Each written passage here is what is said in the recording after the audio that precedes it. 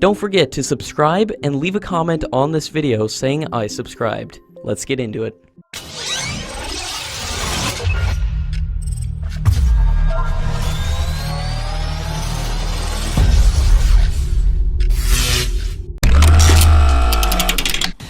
Despite the fact that the DRDO had already developed an EW system for the Indian Air Force's fleet of 60 MiG-29 fighter jets, Hindustan Aeronautics signed a contract with an Israeli firm for procuring EW systems for 83 Tejas MK1A fighter jets.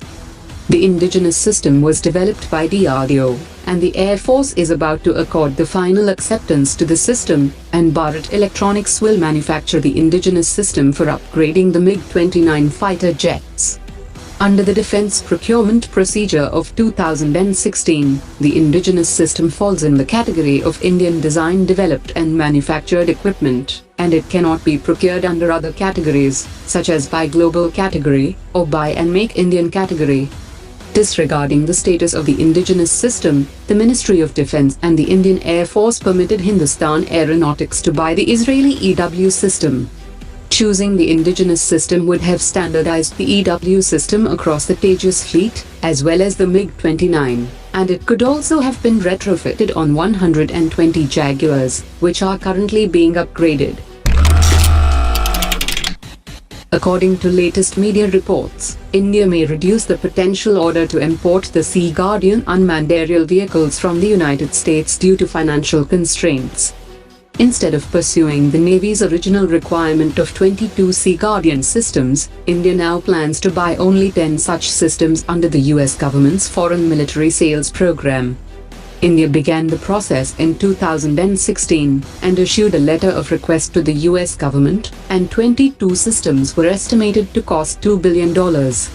The US has now supplied the price and availability data for the Sea Guardian systems to India, and the Navy has studied the data and rationalized its requirement to 10 systems because of the cost and the requirement of the other services, and the Indian Air Force is also keen to buy Predator drones from the US.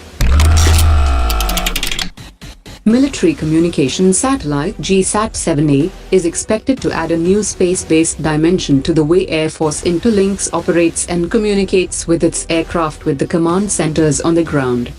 According to reports, about 70% will be for the Air Force, and the rest for the needs of the Indian Army, as Army Aviation Corps operates many helicopters and UAVs, and will acquire fixed-wing aircraft in future.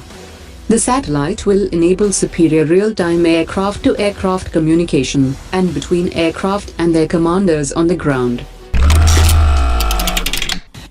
The Myanmar Air Force held a commemorative ceremony for the 71st anniversary of its establishment on the 15th of December 2018, and a new batch of the Chinese JF-17 aircraft was publicly displayed at the ceremony.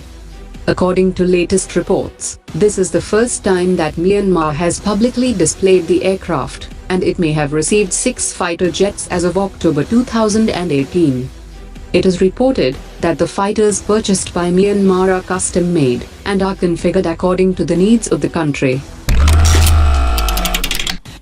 According to latest media reports, the Indian Navy will formally inaugurate the Information Fusion Center for the Indian Ocean region later this week, and through this center, the information on commercial shipping will be exchanged with countries in the region to improve maritime domain awareness in the Indian Ocean.